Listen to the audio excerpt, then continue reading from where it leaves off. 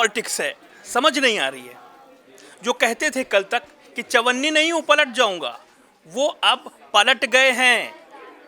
बात जयंत चौधरी की कर रहे हैं, जो पलट कर लगभग बीजेपी के पाले में जा चुके हैं।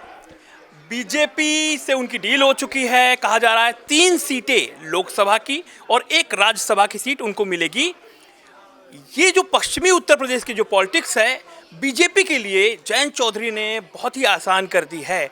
आज उनके दादा जो चौधरी चरण सिंह जी थे, उनको आज भारत रत्न का जैसे ही ऐलान हुआ, मिठाइयाँ बंटने लगी, तमाम ढोल नगाड़े ताशे बजने लगे और किसान खुश बताए जा रहे हैं। लेकिन जयंत चौधरी का जो रुख है वो बीजेपी की तरफ दिखाई दे रहा है और कहा जा रहा है कि दावे हो रहे हैं कि 12 तारीख को वो एनडीए के साथ एक प्रेस कॉन्फ्रेंस होगी जिसमें वो बीजेपी के साथ आने का औपचारिक ऐलान कर देंगे। हमारे साथ पशुपति सर जी हैं जो जयंत चौधरी की पॉलिटिक्स और पश्चिमी उत्तर प्रदेश के बारे में कुछ बताएंगे कि चवन्नी अब कैसे पलट गई है।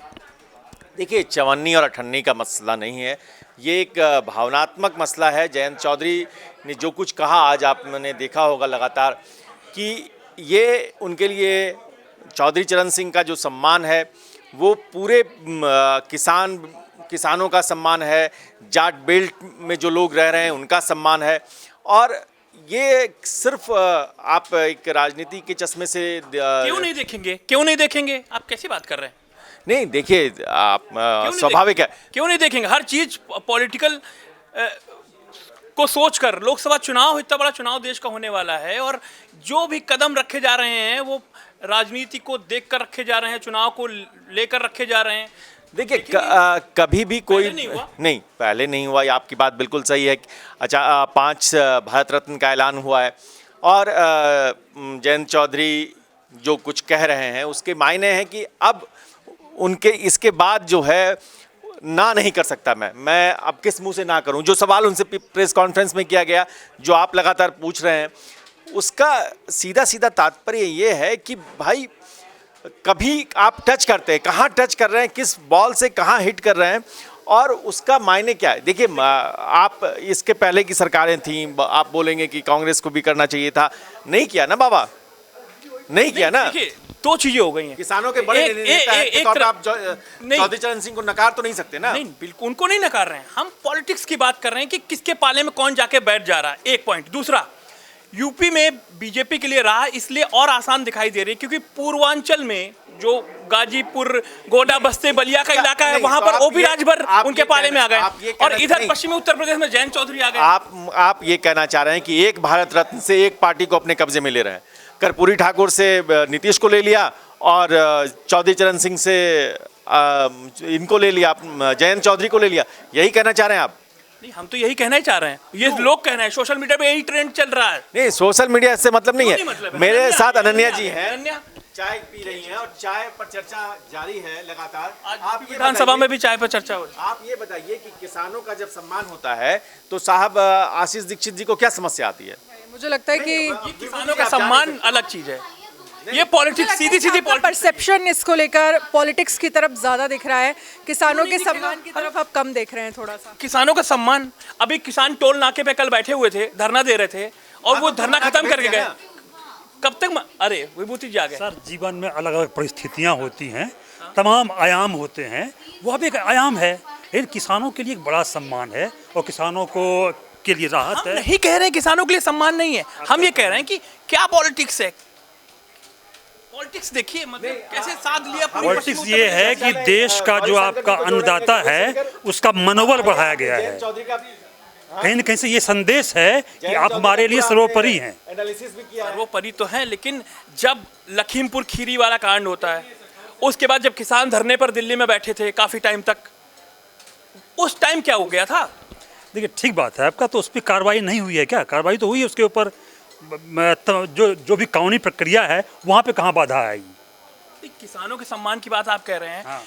चौधरी जी को भारत रत्न देने से किसानों का सम्मान हो गया, अच्छी बात है, दिया, लेकिन किसानों को वो मुनाफा नहीं मिल रहा। लहसुन की कीमत 500 रुपए किलो, आप देख रहे हैं। और मिल क्या अब ये जो नैरेटिव है, ये भी एक अलग नैरेटिव है कि वो लहसुन क्यों 5 रुपए किलो ही मिल चाहते हैं आप, टमाटर क्यों हम नहीं 5 चाहते 5 रुपए नहीं, किलो, लेकिन आपको जब दाम जब बढ़ेंगे तभी तो किसानों तक पैसा पहुंचेगा। दो थ्योरियां हैं ना, दो थ्योरियां हैं। 50 पैसे आपको सब किलो, कुछ 50 पैसे किलो लहसुन सड़क टीवी पर का टीवी का दाम बढ़ जाए, बाकी चीजों का दाम बढ़ जाए, कार का दाम बढ़ जाए, लेकिन आलू आपको चाहिए 2 रुपए किलो। ये कौन बताइए, कह रहा आलू 2 रुपए? ठीक है, लहसुन की कीमतें बढ़ गई हैं, हाँ प्याज की कीमतें भी बढ़ गई थी, हाँ दाल की कीमतें भी काफ़ी ज़्यादा हो गई थी, अभी भी हैं। कम हो गए ना, फिर टमाटर की कीमतें जो हैं काफ़ी बढ़ी थी। मेरा सवाल आपसे ये है कि आज एक अच्छा माहौल है, खुशी का दिन है, आप उसे बेरंग क्यों कर रहे हैं? हम पॉलिटिकल बात ना करें क्या? हम करेंगे क्या? हमारा काम ही क्या है? हम इसमें पॉलिटिकल एंगल नहीं निकालें। आप चाह रहे हैं पॉलिटिकल एंगल से ना निकले। आप ये बताइए कि इससे पहले जब भी घोषणा हुई तो क्या संत की तरह काम किया था कांग्रेस ने या किसी और ने? नहीं, कांग्रेस ने नहीं। मैं कह रहा हूँ, मैं जयंत चौधरी की आरएलडी की पॉलिटिक्स की बात कर रहा हूँ कि जो ये कहते थे मैं चवन्नी नहीं हूँ, मैं पलट नहीं जाऊंगा। जो हाथरस में कांड हुआ था, योगी सरकार की जो पुलिस थी उसने लाठीचार्ज किया, उसके बाद कैसे उनको बचाया उनके कार्यकर्ताओं ने। उन्हीं कार्यकर्ताओं में से एक ने उनको बचाया, उसको टिकट भी दी बाद में उन्होंने, जयंत चौधरी ने अपनी पार्टी से। ये राजनीति की अपनी सीमाएं हैं, अपनी पीड़ाएं हैं, मतलब अपने दर्द हैं, ये सबके पास है। बयान बदलना, विचारधारा कहाँ रह गई है कहीं ना कहीं से? ये तो सब में है, आप कहाँ जाओगे? आप ये आप क्या नहीं है, विचारधारा का जो सवाल आपने किया, अब आप क्या विचार शून्य इंसान की खोज में जुटे हैं आप? ना मैं विकार शून्य की इंसान की खोज में हूँ और ना ही विचार शून्य के इंसान में खोज में हूँ।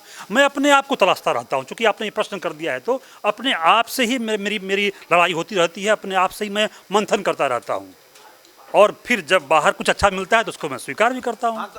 लेकिन ये नहीं कहना चाहिए कि विचार। मैंने शुरुआत पॉलिटिकल एंगल से की थी, जयंत चौधरी के एंगल से की थी, ना कि मैंने चौधरी चरण सिंह जी के एंगल से की थी। समझ रहे हैं आप मेरी बात? आप सीधा किसानों के आत्मसम्मान मुद्दे पर, मैंने केवल पॉलिटिक्स की बात की थी जो लोकसभा चुनाव को लेकर है। अब आप समझ रहे हैं, राहुल गांधी की जो यात्रा है यूपी के अंदर 16 फरवरी के आसपास आएगी। अब उनके पास ना ओपी राजभर पहले थे उनके अलायंस में, वो भी नहीं है। उसके बाद अब पश्चिमी उत्तर प्रदेश में जयंत चौधरी भी नहीं है। अब वो उनको पूरा चंदौली से लेकर लखनऊ होते हुए बरेली के बाद आगरा के बाद यहाँ से निकलेगी उनकी यात्रा। किसके भरोसे जीतेंगे चुनाव? मैं विपक्ष की पॉलिटिक्स ये जो सवाल है, ये सवाल जो है हमारे साथ आशीष के साथ आशीष वर्सेस आशीष। एक सवाल, एक छोटी सी टिप्पणी, क्योंकि आशीष अभी व्यस्त है 9 बजे के बुलेटिन में। ये बताइए कि ये इनका कहना है कि ये सारा फैसला सिर्फ पॉलिटिकल है। नहीं सर, बस हर चीज़ को राजनीति के नज़रिए से नहीं देखा जा सकता। आप नहीं, हर चीज़ को आप राजनीति के नज़रिए से कैसे देख सकते हैं? टाइमिंग भी तो इम्पोर्टेंट होती है। टाइमिंग पर आपके बात जायज़ है, लेकिन हर चीज़ को उसी नज़रिए से नहीं। इन्होंने देश के लिए बहुत काम किया, बड़ा योगदान बात ही नहीं कर रहा हूँ। ये पहले टिप्पणी करना चाहूँगा। देखिए, आशीष जी बिल्कुल सही कह रहे हैं, पॉलिटिकल तो ये है ही। नहीं। चूंकि पॉलिटिकल पार्टी ने किया है, उसकी एक सरकार है अपनी, वो तो है ही। और आशीष जी की इस बात का भी तो जवाब मिलना चाहिए ना कि क्या 2022 तक जो दुगुना होना था किसानों की है, दुगुना हो गया? इस सवाल का जवाब भी है। देखिए, ये सवाल का जवाब, मुझे एक चीज समझाइए कि एक और इसमें चीजें हैं कि जब जयंत चौधरी गए हैं तो क्या पूरा जाट वोट बीजेपी में चला जाएगा क्या? जयंत चौधरी जब जीते थे, यूपी का चुनाव था, तो उसमें जाट प्लस मुसलमान आए थे पश्चिमी उत्तर प्रदेश के। क्या मुस्लिम जो है समाजवादी पार्टी के साथ छोड़ देंगे पश्चिमी उत्तर प्रदेश में? ये तमाम सवाल हैं। मनोज सर भी आ गए हैं। मनोज सर, जयंत चौधरी का जाना लगभग जो कहा जा रहा है, कयास लगाए जा रहे हैं कि वो बीजेपी के साथ चले जाएंगे, कितना फायदा होगा, कितना नुकसान होगा जयंत चौधरी को, कितना बीजेपी को फायदा होगा पश्चिमी उत्तर प्रदेश में? एक आप कार्टूनिस्ट भी रहे हैं, तो आप उस नजरिए से पंच लाइन दीजिए। एक लाइन में कहूँ, 2 लाइन में कहूँ, 3 लाइन में कहूँ या पूरे कॉलम में कहूँ? बताओ। आप तो 1 लाइनर अच्छा देते हैं। कहाँ पड़े हैं? चक्कर में कोई नहीं है फिलहाल भारतीय राजनीति में मोदी की टक्कर में। मेरा 9 बजे का बुलेटिन में तैयारी कर रहा हूँ। तो ये जो कह रहे हैं कि कोई नहीं है टक्कर में, कहाँ पड़े हो चक्कर में, तो ये बिल्कुल सही बात है। आप देखिए कि कांग्रेस पड़ेगा, कांग्रेसी मानसिकता के लोग भी इस तरीके की बातें कर रहे हैं जो दिन रात कांग्रेस की तारीफें करते हैं। नहीं नहीं पीछे वो नहीं नहीं बीजेपी की तारीफ कैमरे पर ऐसा करते नहीं है। वो बहुत सोच समझ कर एक एक तौल के बोलते हैं। और आज जो दो आज और देखा मेरा 9 बजे का जो शो है उसका टाइटल क्या है पता है आपको? योगी और धामी से पंगा महंगा पड़ेगा।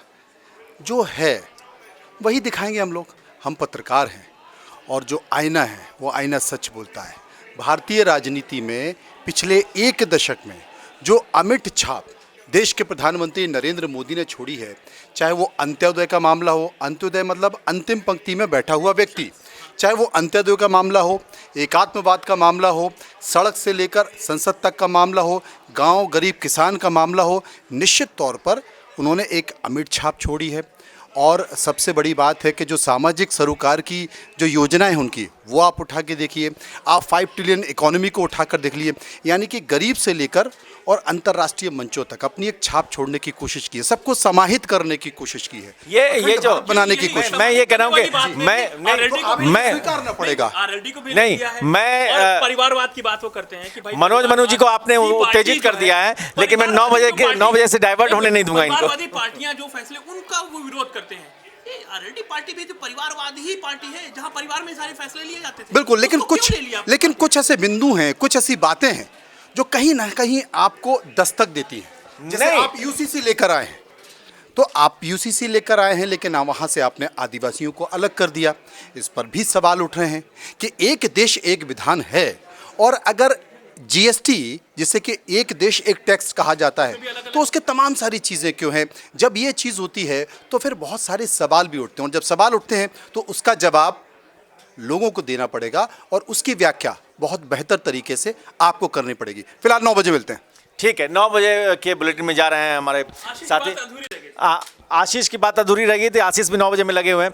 अनन्या के पास जाएंगे। अनन्या, एक बात आप बताइए कि आज 2 मास्टर स्ट्रोक हैं। एक तो हाँ मास्टर स्ट्रोक, तो 2 जो हैं उसमें से एक जो है आपका जयंत चौधरी वाला है, दूसरा नरसिम्हा राव। कांग्रेस के हाथ से, कांग्रेस के पाले से एक और नेता को प्रणब मुखर्जी के बाद बीजेपी की सरकार ने भारत रत्न दिया है। कैसे देख रही हैं आप? मुझे लगता है कि इसके ज़रिए सरकार की तरफ से पश्चिमी उत्तर प्रदेश से लेकर पश्चिम भारत तक की जो पॉलिटिक्स है उसको साधने की कोशिश तो बिल्कुल मुझे लगता है कि दोनों पश्चिम भारत से लेकर पश्चिमी उत्तर प्रदेश से लेकर पश्चिमी साउथ तक एक तरह से तो साधने की कोशिश की गई है। लेकिन अगर ये फैसला लिया गया है और इसका जयंत चौधरी खुद वो कह रहे हैं कि वाकई ये तो दिल जीतने वाला काम है, और वो अपने आप को इंडिया अलायंस से अलग मान रहे हैं, तो इंडिया अलायंस से अलग सिर्फ जयंत चौधरी नहीं हुए हैं, उससे पहले और भी नेता हैं जिन्होंने कह दिया कि भाई हो गया, कांग्रेस जिस अहंकार में है उसमें उसके साथ जाना और रहना हमारे लिए फायदेमंद नहीं है, तो वो तो पहले से ही अलग हो रहे हैं। बिल्कुल पहले से अलग हो रहे हैं। ये मैं गौरी शंकर से जरूर लूंगा, क्योंकि एमपी का रिपोर्ट कार्ड ये लगातार बना रहे हैं और लंबे वक्त से। तो इस तरह के फैसले जब आते हैं भारत रत्न जैसे, तो उस पर क्या असर होता है आपके एनालिसिस पे? आप आइए हमारे साथ। इसमें देखिए, सबसे पहली बात तो ये है कि भारत रत्न देने के पीछे भी एक बड़ी राजनीति होती है, शुरुआत से ही रही है। अगर एक नॉर्मल और काम करने वाले लोगों को दिया जाता है तो इस पर बहुत अधिक राजनीति की गुंजाइश नहीं होती, लेकिन अगर पॉलिटिकल किसी बड़े राजनेता को अगर भारत रत्न दिया जाता है तो उसके पीछे एक बड़ी सियासत, एक बड़ी राजनीतिक चाल खास करके चुनाव के वक्त होती है। जैसे कर्पूरी ठाकुर का मसला हो या आडवाणी का मसला हो, कर्पूरी ठाकुर को जैसे ही भारत रत्न मिला, लगा नीतीश कुमार को इससे मौका मिल गया, तुरंत उन्होंने पलट लिया। जहाँ तक जयंत चौधरी की बात है, तो जयंत चौधरी का एक जो ऐतिहासिक इनका पूरा जो घटनाक्रम है किसी पार्टी के साथ रहने का नहीं रहने का, तो अपना फ़ायदा नुकसान वो खुद उसी तरह से देखते हैं जैसे नीतीश कुमार बिहार में देखते हैं। तो बिहार में अगर पलटीमार नीतीश कुमार हैं, तो यूपी में अगर पलटीमार का किसी को तमगा लगेगा तो जयंत चौधरी का लग सकता है। भले ही वो उस लेवल का, उस प्रोफाइल के नेता नहीं है, लेकिन अगर उनको मौका मिलेगा तो उनकी भी एक्टिविटी कुछ उसी तरह की है। अब अखिलेश की बात हो रही थी ना, अब अखिलेश ने कहा कि कई दिनों से उनसे बात ही नहीं हो रही मेरी, और मुझे भी आपकी मीडिया के जरिए ही पता लगा कि जो है वो कह रहे हैं कि जो है अब क्या करूं, मैं क्या ही कहूं, हैं अब मोदी ने दिल जीत लिया। तो इस तरीके की जो चीज़ें हैं, तो इसमें मुझे लगता है कि एक तरफ पूर्वी उत्तर प्रदेश में ओपी राजभर है, निषाद पार्टी है, और पश्चिमी उत्तर प्रदेश में आरएलडी है। बीएसपी का लगभग जैसा वजूद तो बिल्कुल ख़त्म ही है करीब, लेकिन उनका वोटर है अभी भी। आप सुनिए, मैं पूरी बात कर रहा हूँ।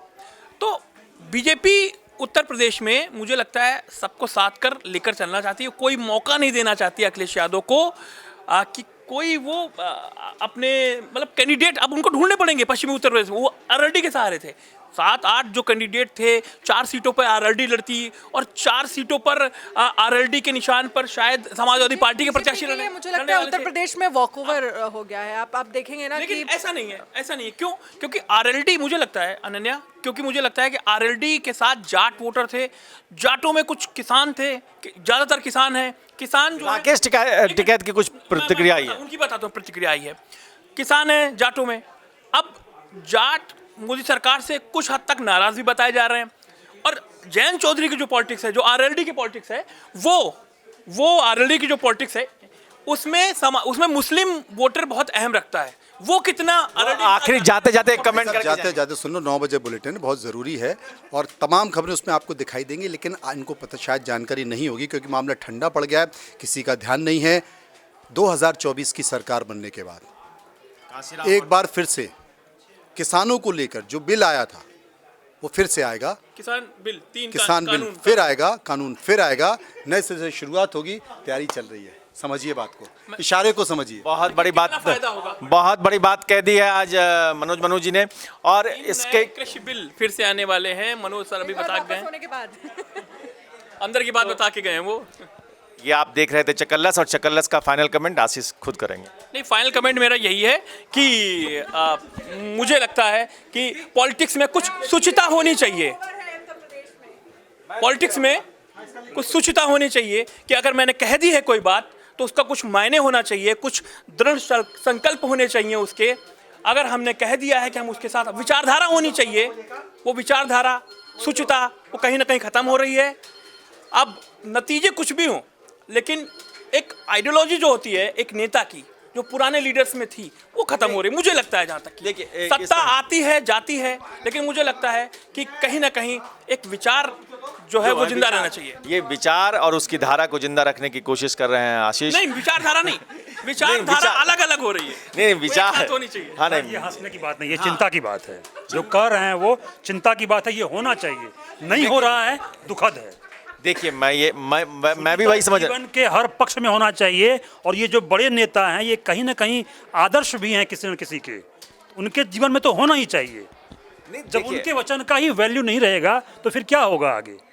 नहीं, वचन की वैल्यू तो आप पॉलिटिक्स में अब पिछले कुछ समय से लगातार देख रहे हैं। तो आपने किस तरीके से उस बयान को रखा है, लोगों तक कैसे जा रहा है और वो कैसे ले रहे हैं, वो तो उस पर डिपेंड करता है ना। नहीं, वचन की वैल्यू तो आपने पवार के फैमिली में देखी, वचन की वैल्यू तो आपने राम का स्तर इतना गिरा है कि जो सुचिता शब्द है उसको भी आप एक हंसी में ले रहे हैं, उसको भी आप मजाक के तौर पे ले रहे हैं। नहीं, ये तो जाहिर सी बात है कि राजनीति का स्तर ही इतना गिर गया है।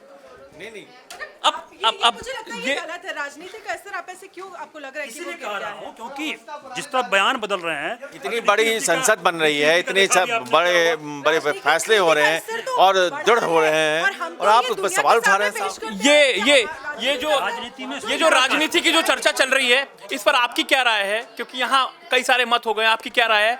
इंडिया न्यूज़ के इस वीडियो के नीचे जो कमेंट बॉक्स है उसमें जाके बताइए। ये विभूति जी हैं, जी मैं आशीष हूँ, आशीष जी हैं, ये पशुपति जी हैं, अनन्या है, तमाम और साथी हमारे साथ जुड़े थे। और ये भी कहिएगा कि राजनीति में शुचिता का जो स्तर है, जो मूल्य का स्तर है, वो गिरा है। ये आपकी नज़र में क्या है? वो उसका मूल्य 54 है या 58 है? चवन्नी 1 रुपया है।